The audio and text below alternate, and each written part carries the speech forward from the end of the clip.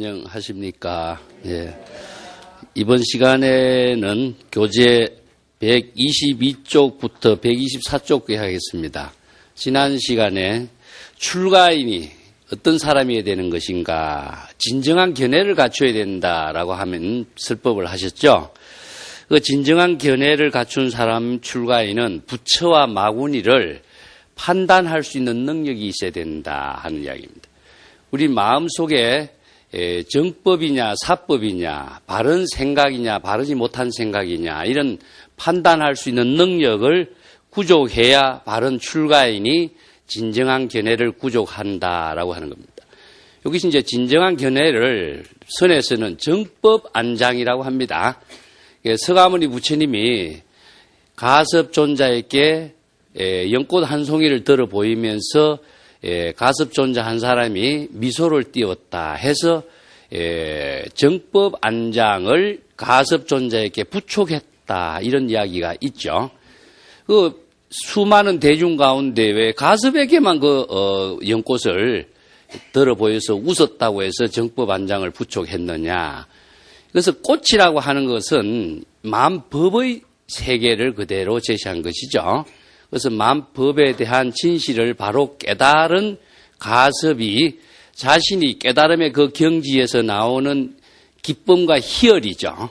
그것이 자신도 모르게 이제 얼굴에 자연스럽게 나타남으로 해서 그 깨달음의 세계가 그 부처님의 그 눈에 이렇게 직관적으로 보이게 됨으로 해서 내가 제시하고 있는 만법의 근본 진실 그 자체를 깨달은 가섭에게 정법안장을 부촉한다, 이런 말입니다. 그래서 정법의 안장이라는 것은 부처님이 만든 것이 아니고 불법의 대의를 깨달은 그 진정한 안목을 가지고, 이게 정법에 대한 안목을 구족했기 때문에 부처나 마구니를 판단할 수 있는 능력이 있어요. 그 다음에 우리가 선과 악이라고 하는 판단 능력이 생기는 거죠.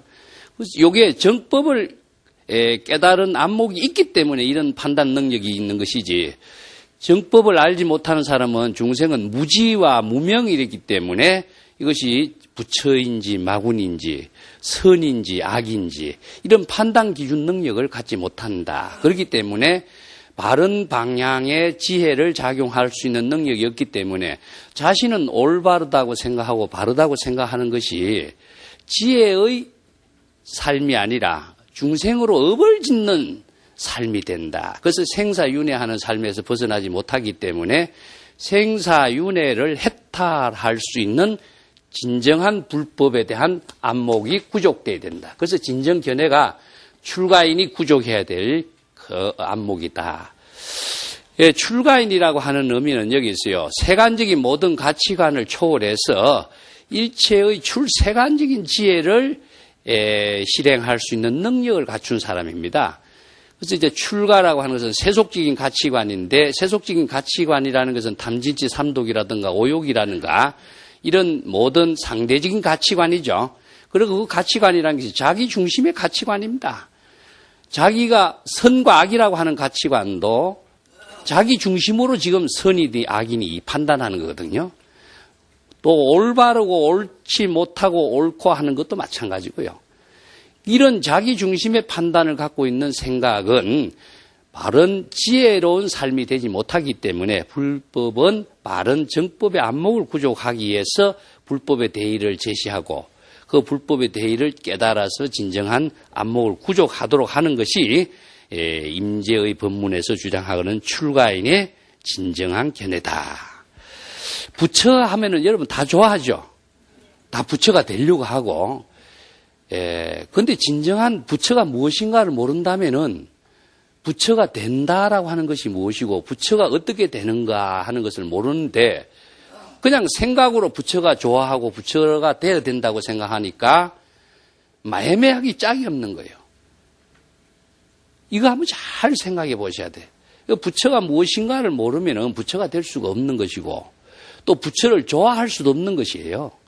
그런데 그냥 막연히 부처하면 좋아하고 마구니하면 전부 다 이 싫어하고 이렇죠. 마구니가 뭡니까 여러분? 마구니가 뭘 마구니라고 합니까? 나를 방해하는 것, 나의 일을 방해하는 모든 것을 마군이라고 생각하죠. 뭐 잠이 오면은 수마에 떨어졌다든가 이런 말도 쓰죠. 그런데 마군이를 불교에서는 뭐냐면 마라라고 그럽니다. 마라라고 하는 말은 부처님이 성도할 적에 성도를 방해해서 천마가 등장했다 이런 이야기도 나오죠. 그 성도를 장애한다라고 하는데 부처가 되도록 하고 도를 이루도록 장애하는 것은 외부적인 장애라고 보십니까? 내부적인 장애겠죠. 그렇기 때문에 마구니는 궁극적으로 불법을 알지 못했을 때에 자신의 마음의 갈등을 만들어내는 것을 마구니라고 하는 거예요. 부처는 무엇이냐? 정법을 바로 보는 안목이 구족되었을 적에 부처의 지혜를 작용하는 것이 부처라고 하는 거죠. 그렇기 때문에 중생들은 부처는 좋다, 마구니는 싫다 이런 차별 분별심을 갖게 돼 있어요. 이런 생각은 정법을 알지 못하는 사람이 자기 주관적으로 부처가 뭔지도 모르고 마구니가 진정한 마구니가 뭔지도 모르고 마구니는 싫어하고 부처만 좋아하는 이런 차별 분별심에 자기 스스로 망상을 만들어서 부처를 만들어냈고 자기 스스로 망상을 만들어가지고 망상으로 마구니를 만들어낸 거예요. 이게 정법을 알지 못한 사람은 부처도 안 되고 마구니도 안 되고 부처가 되려고도 해도 부처가 안 되고 마구니를 싫어해도 마구니를 떨쳐낼지 못해요.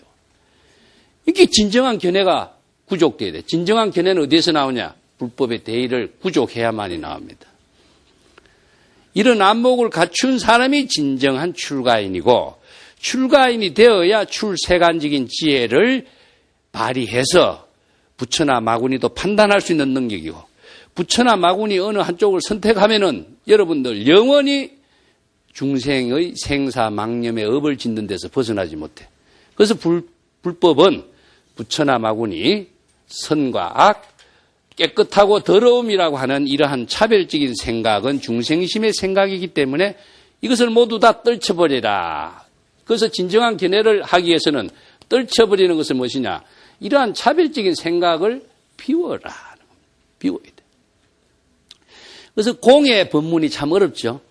대승불교에서 반야신경에서 이야기하고 있는 색적시공, 홍적시색 이렇게 해서 참 공이란 말이 어렵습니다. 이것을 비우라 했을 때 우리의 마음 속에서 일심 속에서 번뇌 망념을 비우는 것을 부처나 마구니, 선과 악, 깨끗함과 더러움 여러 가지 차별 분별적인 상대적인 생각이 자기 주관적인 인식에서 나온 것이지 이것이 부처도 없고 마구니도 없어요. 근데 이 부처나 마구니라는 생각을 다 비워라 했을 적에 일심이 청정하게 되죠. 그럴 때에 진정한 견해가 생기는 겁니다. 비우지 않고서는 이 상대적인 차별 분별심의 의식 속에서 자신이 망념의 갈등 속에 빠져서 벗어나지 못하는 거예요. 이게 비우니까 불공이 되는 거예요. 불공은 무엇이냐 하면은 요게 진공이 되는 거고 번뇌 망념이 비우는 것을 진공이라고 하고 불공은 묘유를 불공이라고 그래요. 번뇌 망념이 비우니까 우리의 진정한 마음 속에서 정법의 안목이 생기고 진정 견해가 생기니까 이것을 진공 묘유의 지혜라고 하는데 비우라고 하니까 참 어렵죠. 그래서 이 비운다라고 하는 것은 중도의 실천이다라고 하는데 또 중도라고 이야기하니까 중도도 어렵죠. 그래서 불교 철학이라는 것이 이제 여러 가지 실천적인 사상의 토대를 두어서 이런 여러 가지 어려운 용어가 나오는데 공이라고 하는 것은 비운다 할 때 뭘 비우느냐? 여러분들은 망념을 비운다. 선과 부처와 마군이라고 하는 차별 분별심의 생각을 비운다. 좋고 나쁜 여러 가지 자기 주관적인 의식의 사고를 비운다. 그런데 자기 주관적인 쪽으로 이것이 옳다고 생각해요, 중생은요. 이것은 어디에 근거를 두고 있느냐? 자기 중심에 근거를 두고 있기 때문에 아상, 인상에 근거를 두고 있기 때문에 자기가 생각한 것은 무조건 옳고 남이 생각하는 것은 옳지 않다고 생각하는 거예요. 그래서 이것을 자기 중심의 사고를 비우도록 금강경에서 아상, 인상을 비우라 이야기하죠. 아상, 인상을 비울 때에 불법의 대의로서 진정한 견해의 안목이 나올 때에 자신이 모든 업을 짓는 중생의 생사윤회를 해탈할 수 있는 경지를 이룬다. 이게 불법의 가르침이에요. 그래서 진정한 출가인이나 아니면은 도를 우리가 선인들로서의 출가인도 의미가 있지. 임재가 여기서는 출가인들에게 법문을 하기 때문에 이런 말을 하지만은 우리가 사바세계에 사는 모든 중생이 모두 다 도를 이루고 해탈을 향한 깨달음의 삶을 실현하는 도를 이루는 삶에서는 이런 안목이 갖춰져야 된다는 겁니다. 이런 안목이 갖추지 않으면은 자신의 모든 생각, 행동 하나하나가 다 생사윤회의 업장으로 연결되고 윤회를 벗어나지 못한 삶이 되기 때문에 이 업을 벗어나고 생사윤회를 해탈하기 위해서 진정한 안목을 구족해야 된다. 그래서 도안을 갖춘 진정한 안목을 갖춘 사람은 부처나 마구니를 모두 다 떨쳐버린다. 떨친다. 이걸 죽인다. 없앤다. 비운다. 여러 가지 말을 쓰는데 이걸 공에 실천해야 합니다. 요 비운다라고 하는 것은 어떻게 해야 될 것이냐 하는 것이죠. 자, 이런 이야기를 수없이 많이 하지만 구체적인 방향과 방법을 모르면은 어떻게 비워야 되는가, 어떻게 죽여야 되는가. 그래서 임재가 지난번에도 법문에 왔습니다. 부처를 만나면 부처를 죽이고 조사를 만나면 조사를 죽이라고 이야기했어요. 죽인다라고 하는 강한 표현은 의식에 부처라고 하는 의식이 나오면 부처라고 하는 의식을 전부 다 떨쳐버리라, 죽여버리라, 비워버리라 이런 뜻이에요. 그러면 마구니도 마찬가지라. 아무리 좋은 쪽이라도 자기의 의식의 대상 경계를 갖고 있으면 그것이 집착의 대상 경계고 번뇌 망념으로서 생사윤회를 만드는 대상 경계가 될 뿐이지 진정한 견해로 지혜를 작용할 수 있는 자신의 생명은 상실하게 되기 때문에 그렇습니다. 그래서 비운다라고 하는 것, 죽인다라고 하는 것은 비우려고 하면 안 돼요, 사실은. 또 죽이려고 해도 안 됩니다. 죽이는 대상이 있어서 안 되겠죠. 말은 그렇게 하지만은 이런 진정한 방법론은 진정한 견해는 일심으로 되돌아가는 겁니다. 근원으로 되돌아가야만이 가능해요. 그래서 본래로 되돌아간다라고 하는 것을 차별 분별심의 사고에서 자신의 진여의 지혜로 본래로 되돌아가는 구체적인 실천 방법론이 선에서는 견성 방법론이라고 해요. 견성. 그 망념이 일어난 사실에 내가 부처라는 망념을 갖고 있구나 하는 것을 자각했을 때 망념에서 벗어날 수 있는 자신의 지혜를 구족할 수 있는데 그 지혜가 불법의 대의가 뒷받침되지 않고서는 이런 자각적인 지혜를 작용할 수가 없어요.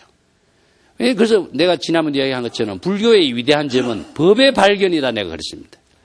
이 법의 발견이라는 것은 모든 기준과 질서에 의해 가지고 중생심으로 사는 나 자신의 모든 사고를 불심의 지혜로 전향시켜서 살 수 있는 방향과 방법의 법을 제시했다. 이 법은 부처님이 만든 것이 아니고 일체의 모든 존재가 다 자유와 평안한 가운데 생명활동하고 있는 질서 그 자체의 법이었다. 그래서 나는 생명활동이라고 이야기합니다.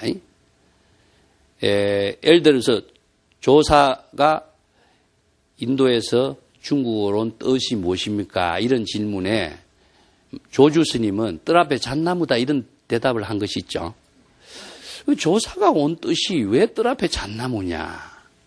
이게 법으로서 이 법문하는 것인데 조사는 누구 어떤 목적의식으로 온 것이 아니고 또 해가에게 법을 전해주기 위한 어떤 의미로서 온 것도 아니고 또 중생을 구제하기 위해서 온 것도 아니고 그러면 달마는 중국에 온 의미가 무엇이냐? 자기 본분사의 생명활동을 하기 위해서 온 거예요. 생명활동이라는 것은 시절 인연에 자신의 본분사의 생명활동, 자신의 삶을 보살도의 삶으로 실현하는 것. 보살도의 삶으로 실현하기 위해서는 왜 그런 삶을 실현하느냐? 불법의 대의를 체득했기 때문에 자신이 불보살로 여법하고 정법의 안목으로서 바른 삶을 자신의 생명활동을 하는 길은 이 길밖에 없기 때문에 그래서 시절 인연에 자기 본분사의 생명활동하러 온 거예요. 자, 그것이나 뜰 앞에 잣나무가 한 그릇 서 있는 것이나 뭐가 다르냐? 잣나무가 남에게 잘 보이기 위해서 잣나무가 성장하는 것도 아니고 남에게 근어를 주기 위해서 성장하는 것도 아니에요. 자기 스스로의 생명 활동을 할 뿐이에요. 그 생명 활동 그 자체가 자기의 본분사예요. 시절인연의 본분사. 이것을 법이라고 그럽니다. 그래서 이 여법함이라고 하는 것은 자기의 가장 본질적인 생명 활동 그 자체의 삶이기 때문에 이 여법학의 삶을 실현할 수 있는 방향과 방법을 제시한 것이 불법인 것이지, 이 불법은 부처님이 만든 법도 아니고 달마가 만든 법도 아니에요.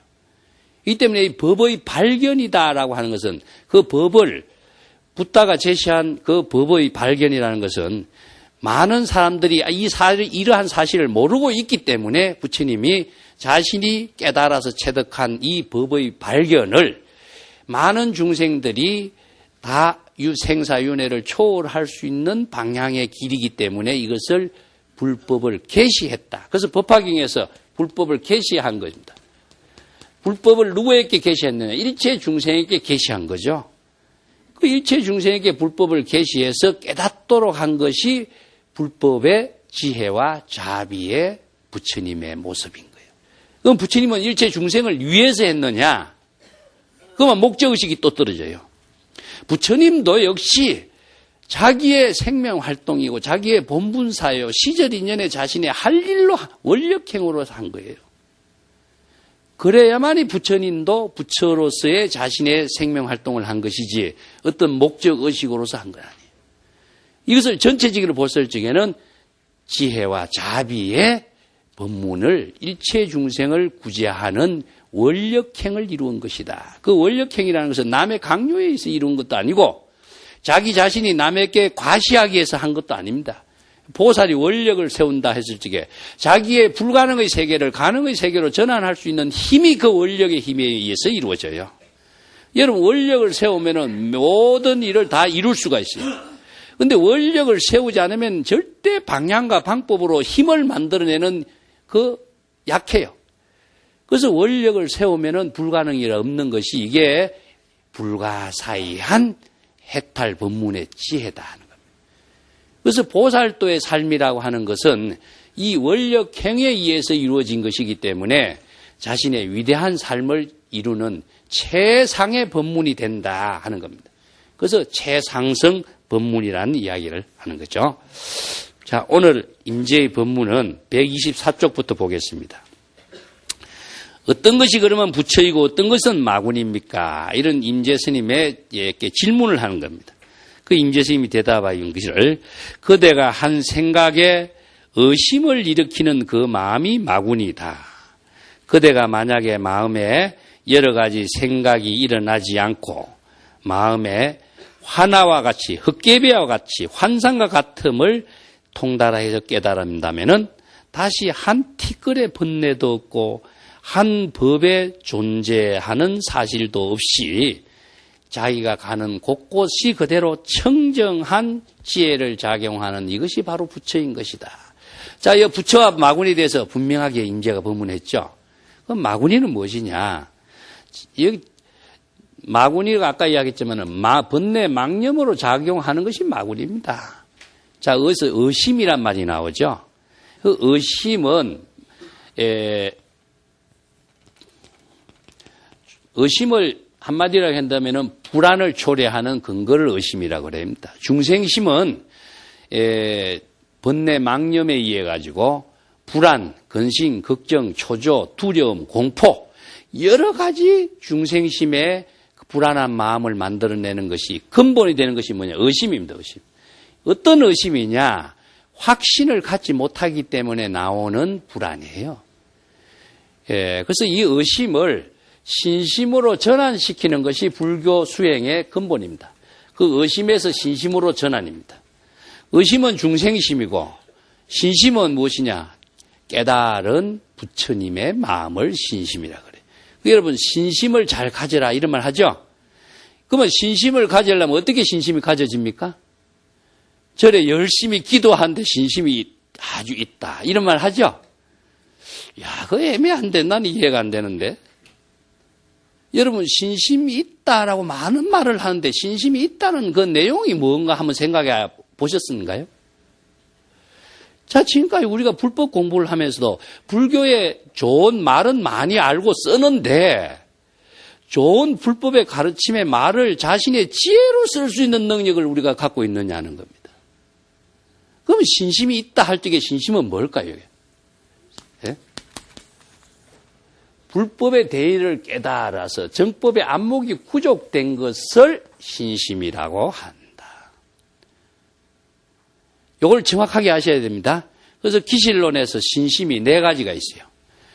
불법성 삼보와 자신이 진여자성의 지혜가 일체 중생과 똑같다라고 하는 사실을 확신을 갖는 겁니다.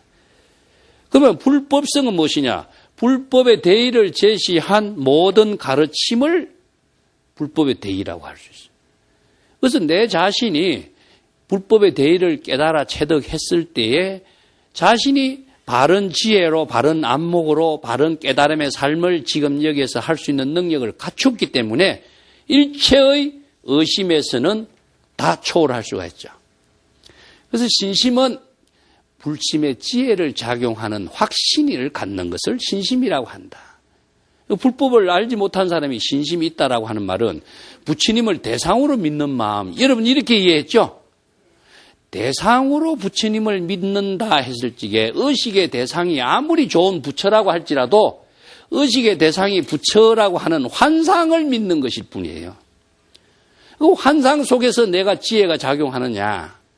이게 임재가 이어서 이야기하고 싶어 하는 법문이다. 우리가 부처라고 있다라고 생각하는 것 자체는 부처가 어디 있느냐. 부처라고 하는 생각과 환상과 착각 속에서 부처를 만들어낸 의식의 부처의 모습밖에 없어요. 그런데 자기의 분별적인 환상 속의 부처를 만들어가지고 환상의 부처에게 자기가 지금 얽매여져 있는 모습이 중생의 모습이라. 이 때문에 진정한 안목이 없으면은 환상의 부처에 중생심으로 만들어낸 자신의 부처에 자기가 얽매여서 이것을 가지고 불자다, 신심이 있다 이런 이야기예요. 진정한 안목은 있느냐? 없습니다. 그래서 우리 불교 공부하고 참선 공부하는 사람이 안목이 없으면은 자신의 지혜로운 삶을 불보살도의 삶을 실행하는 능력이 없는데 진정한 안목은 구족하려고 하지 않고 엉뚱한 길에서 많은 세월을 지금 헤매고 왔다. 저 임재가 부처가 무엇이냐? 여기 마구니가 무엇이냐? 이 생각을 지금 확실하게 깨닫도록 제시해 주고 있는 겁니다. 한 생각에 의심을 일으키는 것이 마구니다. 그래서 의심을 하면은요, 자신의 모든 일을 할 수가 없습니다.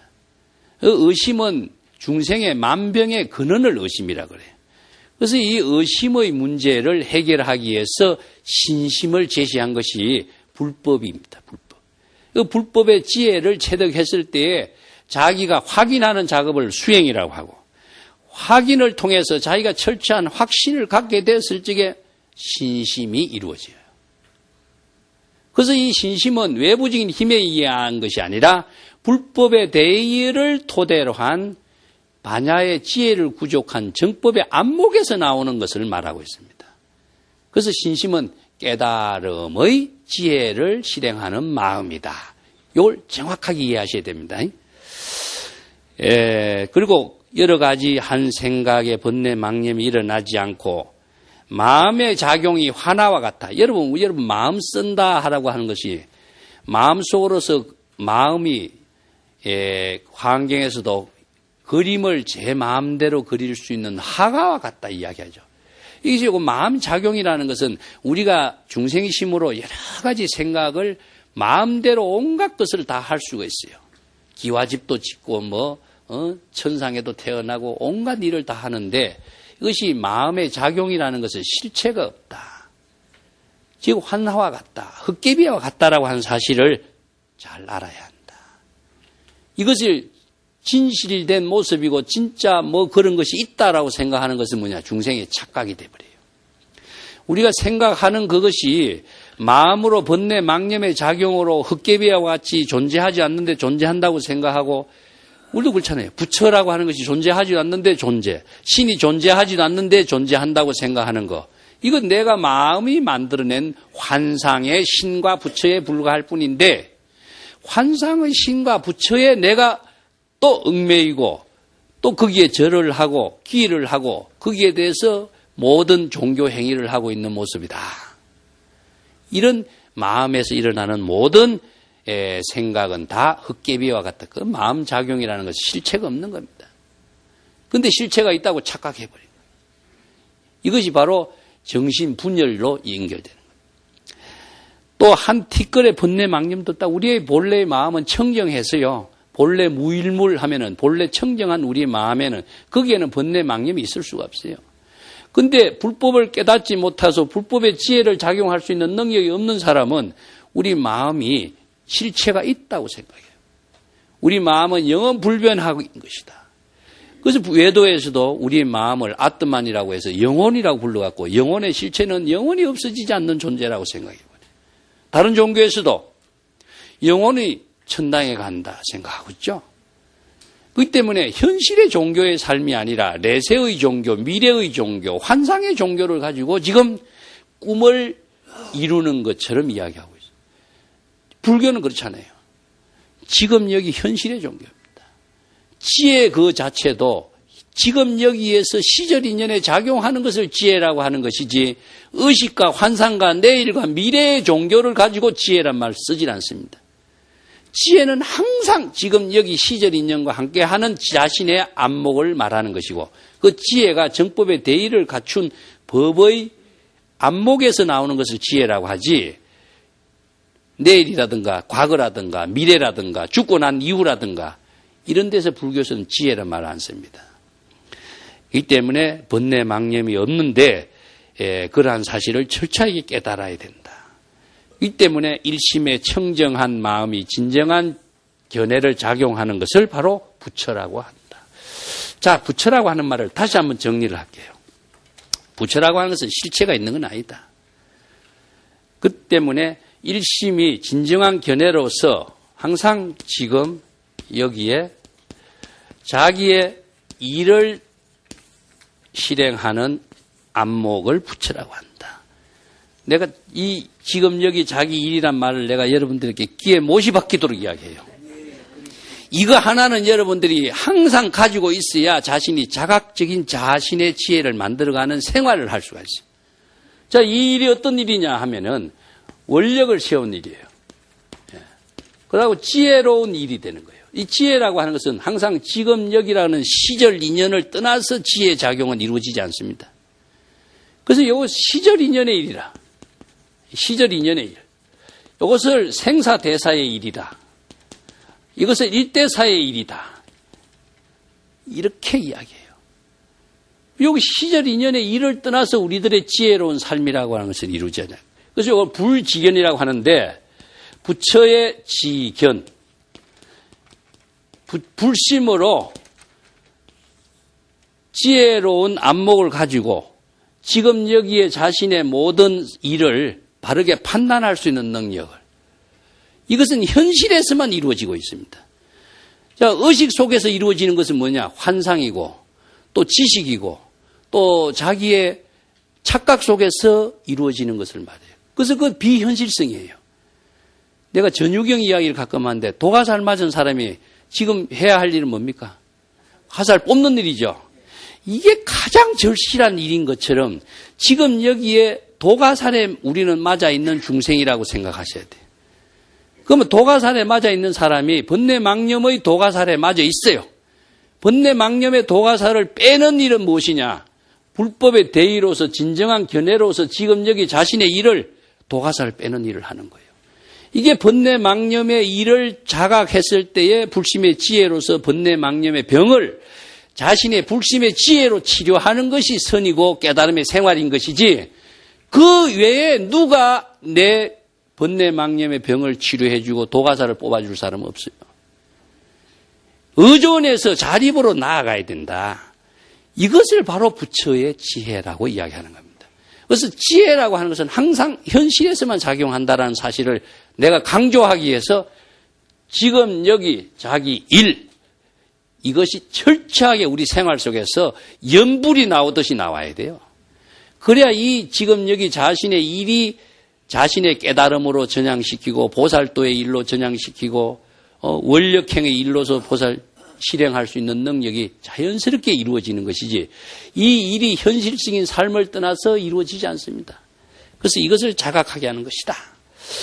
그러므로 부처와 마구니는 더러움과 깨끗함을 구분하는 차별적인 마음의 두 경계이다.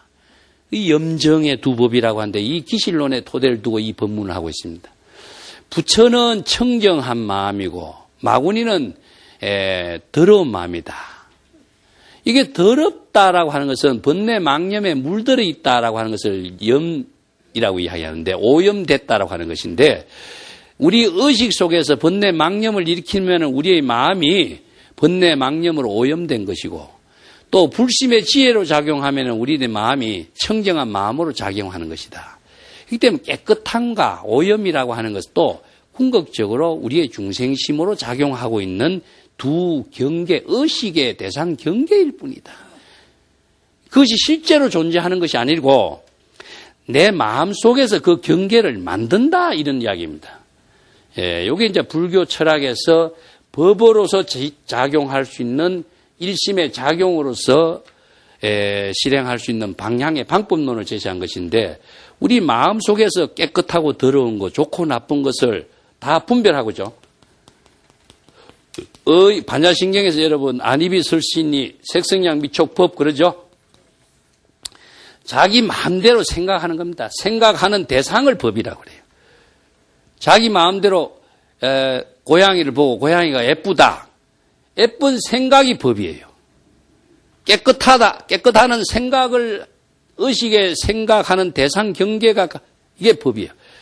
의식은 자기가 주관적으로 생각하는 것이고 깨끗하다, 더럽다라고 하는 것은 의식의 대상 경계로서 나타나는 모습을 법이라고 그래요. 그래서 뒤에도 나오지만은 원효가 중국 가다가 해골 물을 먹고 아침에 보니까 자기가 먹은 물이 해골 바가지에 담겨 있더라. 깜깜할 적에는 해골이 안 보였는데 아침에 밝아서 보니까 해골이 보이죠. 그러니까 저녁에는 물을 마실 때 시원하게 먹었는데 아침에 해골을 보니까 구역질이 나더라.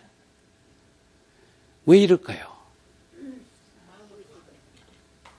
그게 중생의 마음이라 해골이라는 것은 더럽다라고 하는 분별심을 갖고 있어요. 해골은 더럽다라고 하는 분별심을 갖고 있으니까 구역질이 나는 거예요. 이 누가 그런 생각을 만들어냈습니까? 해골이 더럽다, 깨끗하다, 청정하다 이것은 자기네 중생심으로 판단하는 마음일 뿐이에요. 그런데 이 분별심이 그러한 마음의 조작을 통해서 깨끗하다, 더럽다, 구역질이 난다 하는 자신의 모든 삶이 그렇게 만들어가게 하고 있거든요. 그래서 마음이 만들어가고 분별심이 만들어가는 것인데 번뇌 망념이 일어나지 않았을 때는 그런 생각이 안 났어서 밤에는. 근데 번뇌 망념이 일어나니까 구역질이 일어나고 더럽다는 생각이 나고 그래서 마음의 번뇌 망심이 일어나면은 여러 가지 법이 일어나고 마음의 번뇌 망념이 일어나지 않으면은 여러 가지 법이 소멸된다라고 하는 기실론의 이 한 구절을 자기가 깨닫고 중국에 구법 여행 가는 길을 그만두었다 하는 이야기죠. 그래서 불법은 신법이다. 그래서 마음의 작용의 법을 불심의 지혜로 작용하는 법을 체득하기 위해서는 불법의 대의를 체득하지 않으면은 판단 능력이 안 나와요. 그래서 정법이냐 사법이냐 판단 능력이 없기 때문에 자기가 바른 지혜를 작용하는 것인지 중생심으로 업을 짓는 것인지 안목이 없어요. 그래서 불법의 대의를 잘 깨달아야 진정한 견해의 안목을 실행할 수 있다. 자, 임재 자신의 입장에서 또 이야기합니다. 내 자신의 깨달음의 안목의 견해로 말하자면은 부처도 없고 중생도 없고 옛날과 지금이라고 하는 시간적인 상대적인 차별심도 없다. 이러한 사실을 깨달은 사람은 그러한 경지를 곧바로 체득하기 때문에 시절 인연의 모든 것을 경과하지 않는다. 따라서 수행해야 할 것도 없고 정덕해야 할 것도 없고 얻을 것도 없고 잃을 것도 없다. 언제 어디서나 이상의 또 다른 특별한 불법이라고 하는 것도 없다. 특별한 불법이 있다고 그것을 얻으려고 추구하고 쫓아다니고 하는 어리석은 짓 하지 마라는 이야기입니다. 부처가 있다고 생각하고 부처를 구해 다니려고 하지 마라. 내 자신의 진정한 안목으로 볼 적에는 부처나 마군이나 이런 차별 대상 경계는 없다. 그래서 내가 부처란 무엇이냐? 진정한 안목으로 지금 여시 자신의 지혜를 작용하는 것을 부처라고 한다. 그 이야기를 내가 여러 번 했습니다. 그러면 중생과 부처의 관계는 무엇이냐? 부처와 중생 관계.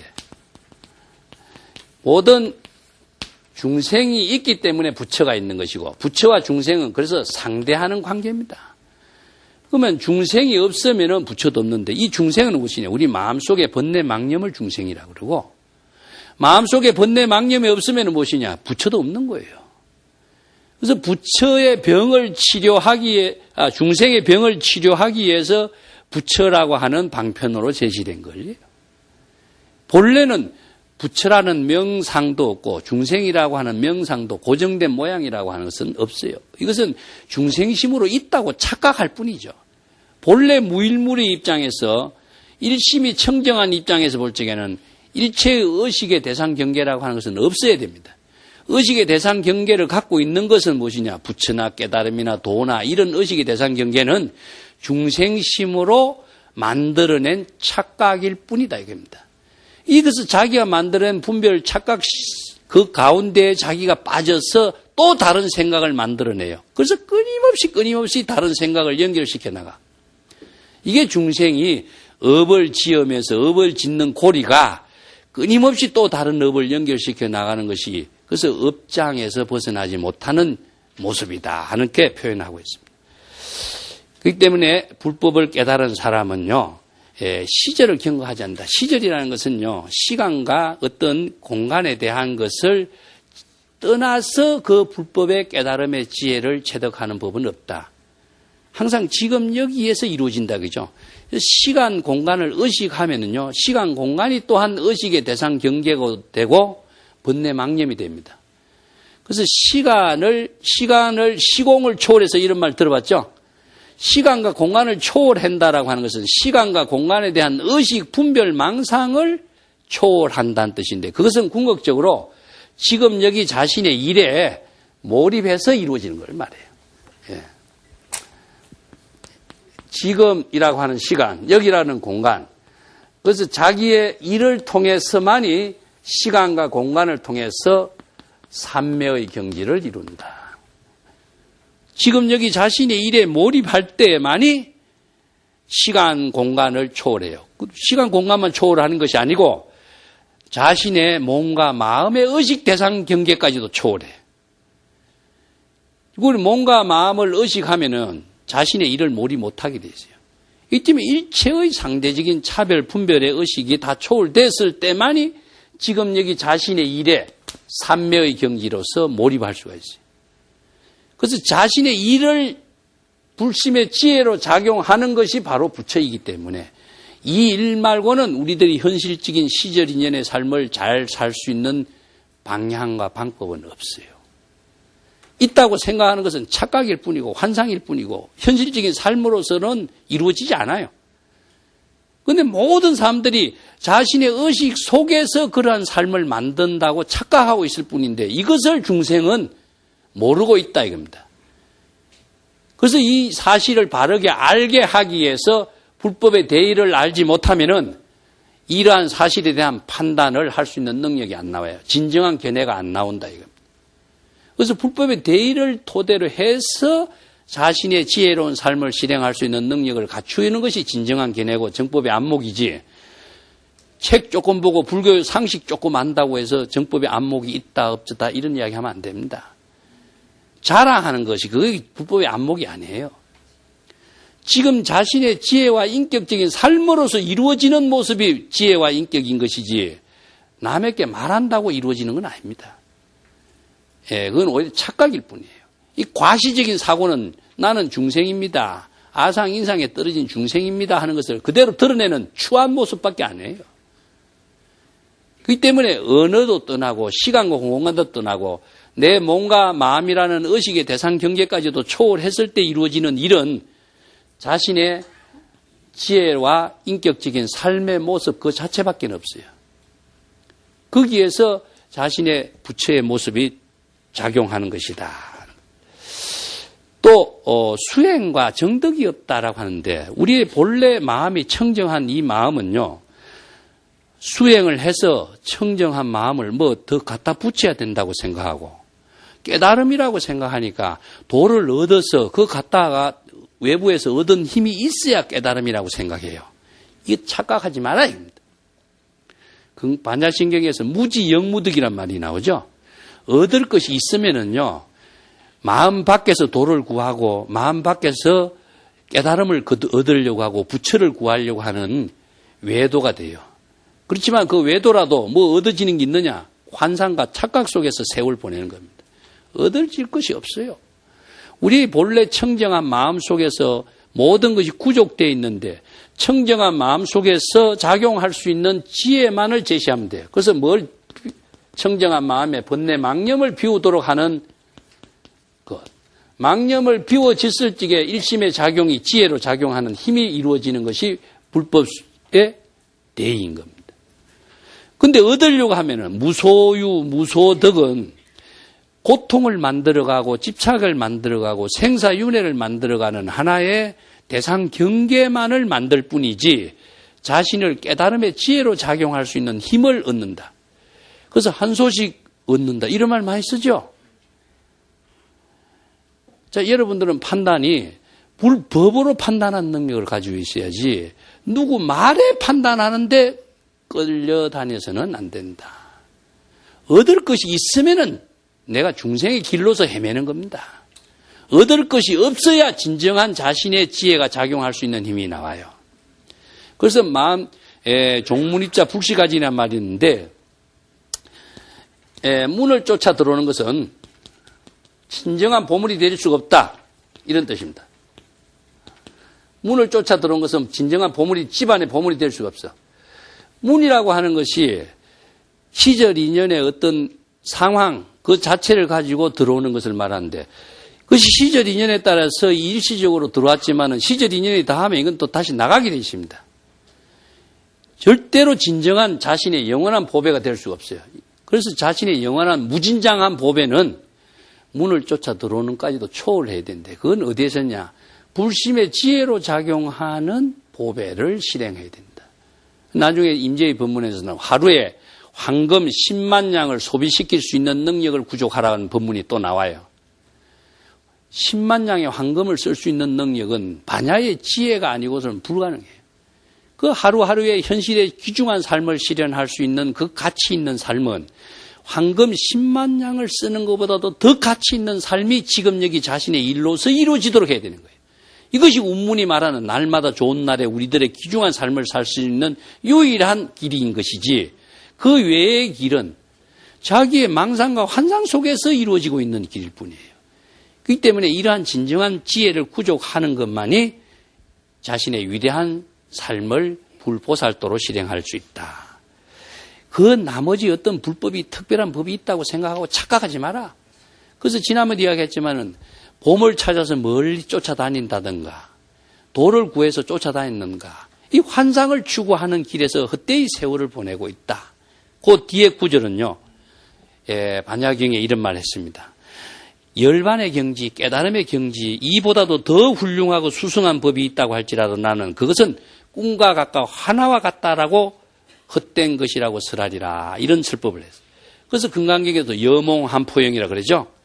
어떤 것이 구할 것이 있으면은요, 환상으로 존재하는 것이지 실제로 존재하는 것이라고 착각하지 마라. 부처, 깨달음, 도, 선, 어떤 위대한 종교의 성스러움의 모습일지라도 그것이 실체하는 것으로 인정한다면은 내가 중생의 망념에 떨어지는 그 중생이 된다. 오늘 이야기 이것을 마치겠습니다.